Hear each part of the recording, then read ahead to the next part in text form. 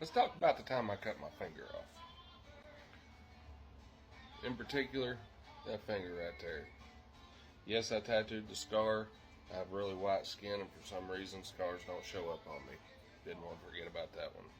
So, I'm working construction at the time, working for a family-owned business, and we were working on the edge of this gorgeous lake here in Arkansas. We had been there for a couple of days. We were getting things, going and stuff, replacing the windows on this house. On the inside of the house, the windows went in all the way, but they didn't quite look right for what we liked. So I was taking these wood shims, or not wood shims, this trim, and I was trimming it to fit dead against the window, and that way I could caulk it and everything would be really good. So I've done probably 3 of these windows so far this morning, and the lady that owns the house is an older lady. She's by herself. She's sitting on the couch kind of talking to me as I'm going. And she's talking, and I'm just kind of, over my shoulder, yes ma'am, yada, yada, yada, yada. And I'm notching this piece of wood. Well, my hand, the wood hit a spot where it just split instead of cutting. And my hand was already putting a bunch of pressure on this wood. So when it split, I just went like that. And I caught my finger in my hand like this. This finger was laid open pretty good.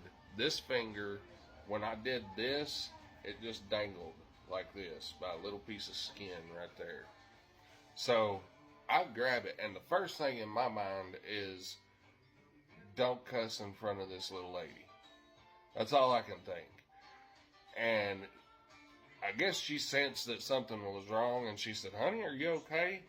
And I said, no ma'am, I just cut my finger off. And she went, holy shit! And she ran over to the door, and she opened the door for me, and she got me outside and everything. And of course, so I get to the hospital, everything goes fine, I have a surgery, they get it put back on, and for some reason they didn't splint it, and they didn't put a rod in it the first time, because at that time I was also touring playing music. They didn't want to damage my hand, so the doctor didn't put a splint in it. And I get in my sleep that night, I roll over on it and somehow rip it off again.